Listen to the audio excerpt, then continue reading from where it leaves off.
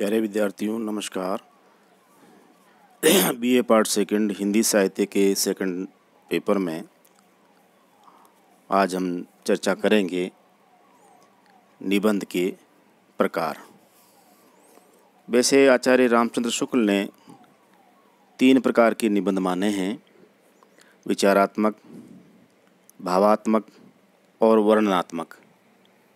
आचार्य शुक्ल का मत है कि प्रवीण लेखक इन तीनों विधानों का सुंदर सामंजस्य लेकर चलता है।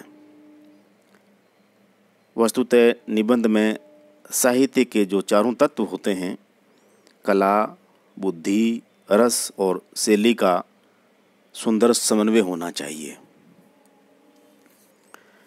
वैसे सामान्यतया हिंदी में निबंध के 5 प्रकार माने गए हैं: भावात्मक निबंध, विचारात्मक निबंध, वर्णनात्मक निबंध, विवरणात्मक निबंध और ललित निबंध। आज हम इन सभी पर चर्चा करेंगे। तो आइए सबसे पहले हम चर्चा करते हैं भावात्मक निबंध के बारे में। भावना प्रधान निबंध लेखक के वैयक्तिक संस्पर्श और आत्म तत्व की प्रधानता के आधार पर लिखे जाते हैं। इन्हें आत्मव्यंजक भी कहा जा सकता है। इन निबंधों में तर्क की गहनता कम, हृदय का आवेग अधिक रहता है। विषय के प्रति विशेष रागात्मकता और लेखकीय व्यक्तित्व का अंतर संयोजन स्पष्ट दिखाई देता है। लेखक का उद्देश्य भी भावाकुलता और रसोद्रेकता का पोषण करना होता है। कई बार इसी भावावेगमयी स्थिति में विषयांतर भी हो जाता है, यानी जो मूल विषय जिस पर निबंध लिखना शुरू करता है निबंधकार, भावावेश में कई बार उससे दूसरे विषय पर भी कलम चला देता है। किंतु काव्यात्मक शैली में प्रतीकमय बनाता हुआ पूर्वार्ध और उत्तरार्ध का समन्वय कर देता है। ये जो भावात्मक निबंध हैं, ये 3 प्रकार के होते हैं। पहले कल्पना प्रदान, दूसरे अनुभूति प्रदान और तीसरे होते हैं हास्य और व्यंग्य से युक्त। तो चलिए चर्चा करते हैं कल्पना प्रदान निबंध के बारे में। यह भावात्मक निबंध का पहला प्रकार है। निबंधों में कल्पना के प्रयोग से शब्द चित्रों से युक्त निबंध का सृजन होता है, क्योंकि कल्पना का प्रयोग भावुकता के निकट होता है। यथार्थ भावुकतामय प्रतीकों और उपमानों से ही व्यंजित किया जाता है। ऐसे निबंध अत्यंत कोमल व मधुर चेतना से प्लावित होते हैं। ऐसे निबंधों की शैली भी अत्यंत प्रांजल और आनंदपूर्ण होती है। किसी वस्तु या स्थान के सौंदर्य का मोहक वर्णन ऐसे निबंधों की विशेषता होती है।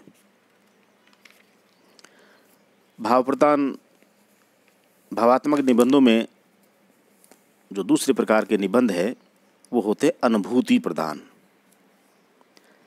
इस प्रकार के भावात्मक निबंधों में लेखक अपने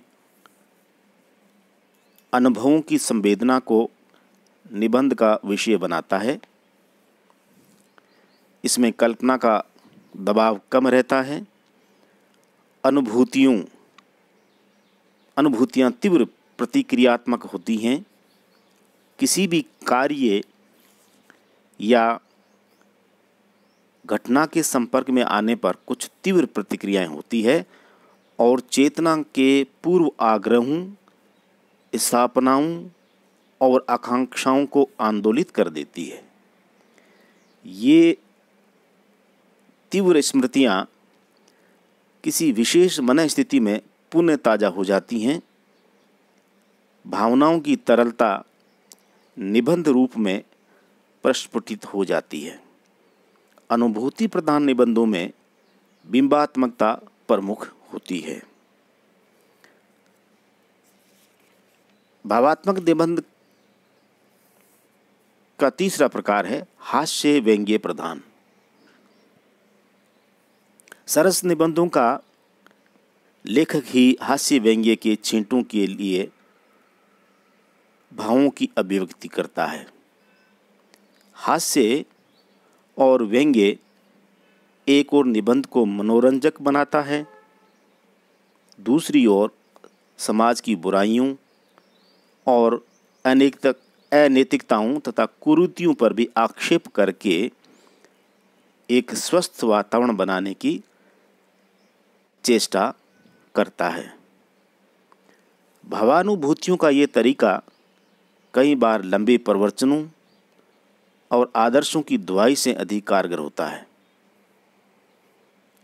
निबंध लेखन की आरंभिक अवस्था में कुरीतियों पर व्यंग्य करते हुए अनेक निबंध लिखे गए।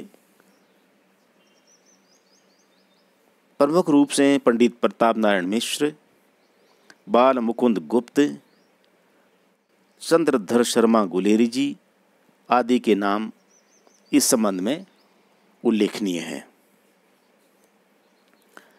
भावात्मक निबंधों की जो शैली है वो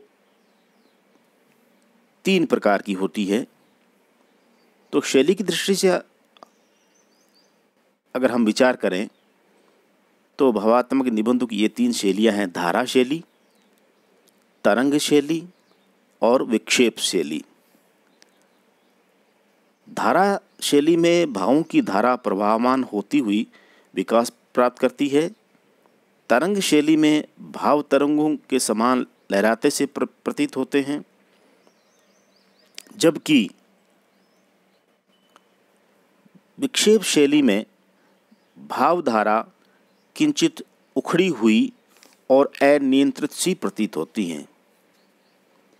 इन तीनों के एक एक उदाहरण से हम इसको और विस्तार से समझने का प्रयास करेंगे।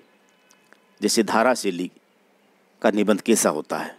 सरदार पूर्ण सिंह के निबंध इस शैली के विशिष्ट स्वरूप है। सरदार पूर्ण सिंह ख्यातनाम निबंधकार हैं हिंदी साहित्य में। उनका एक प्रसिद्ध निबंध है मजदूरी और प्रेम।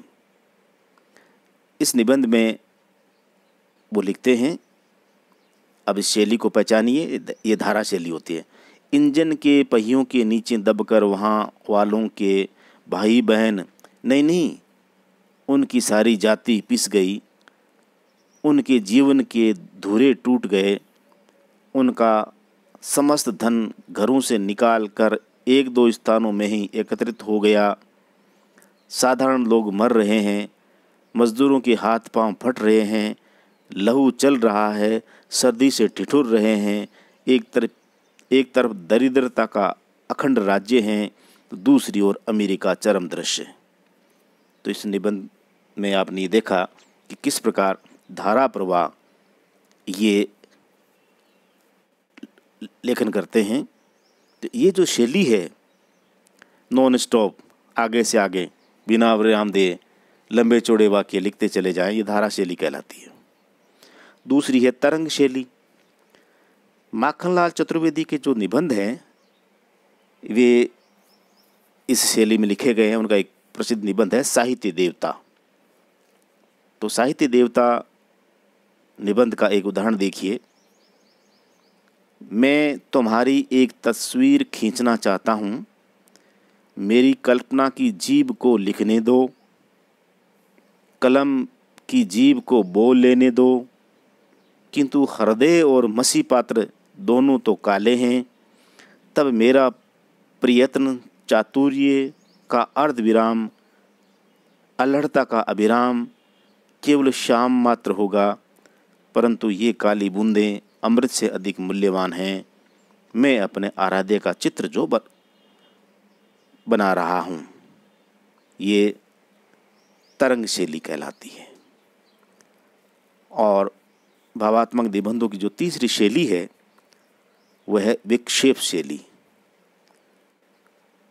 जैसा कि हमने पहले विचार किया था कि विक्षेप शैली में भावधारा कुछ उखड़ी उखड़ी सी होती है, अनियंत्रित सी होती है। पाठक को ऐसा लगता है जैसे निबंधकार को अपने भावों पर नियंत्रण नहीं है। वियोगी हरि के जो निबंध हैं उन्होंने उसमें इसके उदाहरण मिल जाते हैं। वियोगी हरि जी का एक निबंध है साहित्यिक चंद्रमा। इसका एक उदाहरण देखिए। हे मृगलांछन पाप छिपाए नहीं छिपता, किसी न किसी दिन उजागर हो ही जाता है। करोड़ों वियोगियों का रुधिर पान करके तुम कुछ मोटे नहीं हो गए। घटते बढ़ने का असाध्य रोग भी दूर नहीं हुआ। हाँ, मुंह बेशक काला हो गया, तुम्हारा ये कलुष कलंक मरने पर भी न छूटेगा। मदिरा पान क्या बट्टे खाते में जाएगा? वियोगियों को जला देना क्या हंसी खेल है? अभी तो जरा सी कालिख लगी है, कुछ दिनों में मुंह काला हो जाएगा। तुम्हारी कालिमा पर भी कवियों ने कई कल्पनाएं की हैं। ये जो वियोगी हरि जी का निबंध है साहित्यिक चंद्रमा, इसका ये उदाहरण विक्षेप शैली का है। इस शैली में तर्क का अभाव और भावमयता का प्राधान्य होता है, यानी भाव प्रदान होते हैं। इसमें तर्क काम नहीं करेगा। भावावेग के अनियंत्रित हो जाने पर शैली प्रदाप के समान प्रतीत होने लगती है। निबंधों का जो दूसरा प्रकार है वह है विचारात्मक निबंध। पहला प्रकार आपने पढ़ा भावात्मक निबंध, दूसरा होता है विचारात्मक निबंध। भावात्मकता के विपरीत ऐसे निबंधों में तर्क, बुद्धि एवं विचार का प्राधान्य रहता है। ऐसे निबंध गंभीर, सुनियोजित एवं विश्लेषणात्मक होते हैं। ऐसे निबंध खंडन मंडन की प्रवृत्ति से भरपूर ज्ञान राशि का अद्भुत भंडार होते हैं। इनके पाठक गंभीर विषय की जानकारी प्राप्त करता है, उसे बौद्धिक चिंतन का मार्ग मिलता है। अतः इन्हें चिंतन के क्षणों की अनुभूति कहा जा सकता है। विचारात्मक निबंधों में अनुभूतियों का व्यक्तिगत संस्पर्श बहुत क्षीण होता है, फिर भी संवेदनशीलता का होना आवश्यक है। भारतेंदु युग में विचारात्मक निबंधों के लिखे जाने के बावजूद भावात्मक निबंध अधिक लिखे गए, किंतु द्विवेदी युग में विचारात्मक निबंधों का प्राधान्य हो गया, यानी ये इस प्रकार के निबंध ज़्यादा लिखे जाने लगे, विचारात्मक निबंध, और निरंतर बौद्धिकता का विकास इनमें हो रहा है। विचारात्मक निबंधों के भी भेद किए जा सकते हैं, जिनमें प्रमुख 3 भेद हैं: आलोचनात्मक, विवेचनात्मक और गवेषणात्मक। हम अब इस पर विचार करेंगे, चर्चा करेंगे। विचारात्मक निबंधों की जो 3 प्रकार हैं।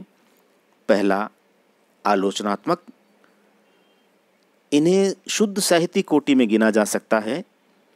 इस प्रकार के निबंध समीक्षा प्रदान होते हैं, जो कवियों और साहित्यकारों की रचनाओं का सम्यक परीक्षण करते हैं। विश्लेषण और तर्क का सहारा लेते हुए भी लेखक सहृदयता पूर्वक उन रचनाओं का पाठक को रसास्वादन करवाता है। अतः ऐसे निबंध सैद्धांतिक होते हुए भी नीरसता से बचने का प्रयास करते हैं। शुक्ल जी के छोटे निबंध मानस की धर्मभूमि, काव्य में प्राकृतिक दृश्य और चिंतामणि के कुछ अन्य निबंध इसी श्रेणी के हैं। विचारात्मक निबंधों का दूसरा प्रकार होता है विवेचनात्मक निबंध। ऐसे निबंध मुख्य रूप से गंभीर विषयों का चिंतन प्रस्तुत करते हैं। उस विषय के सभी पहलुओं पर विचार किया जाता है और उपर्युक्त तर्क देते हुए अपने विचारों और दृष्टिकोणों का प्रतिपादन किया जाता है। विवेचनात्मक निबंधों के अंतर्गत उपयोगी विषयों से संबद्ध राष्ट्रीय चेतना अथवा नैतिक आदर्शों से युक्त मनोवैज्ञानिक अथवा साहित्य शास्त्रीय निबंधों का गंभीर चिंतन किया जाता है। विवेचनात्मक निबंध मौलिक एवं लेखक की स्वतंत्र उद्भावनाओं के व्यक्तिगत रूप को अभिव्यक्त करते हैं। यद्यपि गंभीर विषय शुष्क प्रतीत हो सकते हैं, किंतु लेखक हास्य व्यंग्य का पुट देकर उन्हें सरस बना देते हैं। शुक्ल जी के मनोवैज्ञानिक निबंध इसी श्रेणी में रखे जा सकते हैं। उनका एक प्रसिद्ध निबंध है उत्साह। इसका एक उदाहरण देखिए। इस निबंध में आचार्य शुक्ल लिखते हैं, इस जमाने में वीरता का प्रसंग उठाकर वाग्वीर का उल्लेख यदि न हो तो बात अधूरी समझी जाएगी। ये वाग्वीर आजकल बड़ी बड़ी सभाओं के मंचों पर से लेकर स्त्रियों के उठाए हुए पारिवारिक प्रपंचों तक में पाए जाते हैं और काफ़ी तादाद में। विचारात्मक निबंधों का जो तीसरा प्रकार है वो है गवेषणात्मक निबंध। इस प्रकार के निबंधों का आधार अधिकांश प्राचीन ग्रंथ, इतिहास, धर्म, दर्शन संबंधी तथ्यों की खोज होता है। ऐसे निबंधों के लिए विस्तृत अध्ययन एवं अन्वेषण का होना जरूरी है। अपने मत के पोषण तथा दूसरे के मत का खंडन करने के लिए तार्किकता की आवश्यकता होती है। ये निबंध विद्वता के परिचायक होते हैं, अतः सामान्य पाठकों का मनोरंजन इनसे नहीं हो सकता। गुलेरी जी के निबंध गुलेरी ग्रंथ के प्रथम खंड में संकलित गंभीर एवं विद्वानों के लिए उपयोगी हैं। ये निबंध वैदिक युगीन स्थितियों और मान्यताओं पर प्रकाश डालते हैं। आचार्य हजारी प्रसाद द्विवेदी का निबंध भारतीय फलित ज्योतिष गवेषणात्मक निबंध की गणना में आता है। कुछ निबंध लेखकीय व्यक्तित्व की भावमयता का स्पर्श लिए होते हैं, अतः ऐसी गवेषणाएं साहित्य सृजन का रूप ग्रहण कर लेती है। तो प्यारे विद्यार्थियों, आज हमने निबंधों के जो विभिन्न प्रकार है 5, उनमें से 2 प्रकार के निबंधों के बारे में चर्चा की, भावात्मक निबंध और विचारात्मक निबंध। आज बस इतना ही। कल हम इसी चर्चा को आगे शुरू करेंगे और शेष बचे हुए जो 3 प्रकार है वर्णनात्मक, विवरणात्मक और ललित निबंध के बारे में बातचीत करेंगे। तब तक के लिए नमस्कार।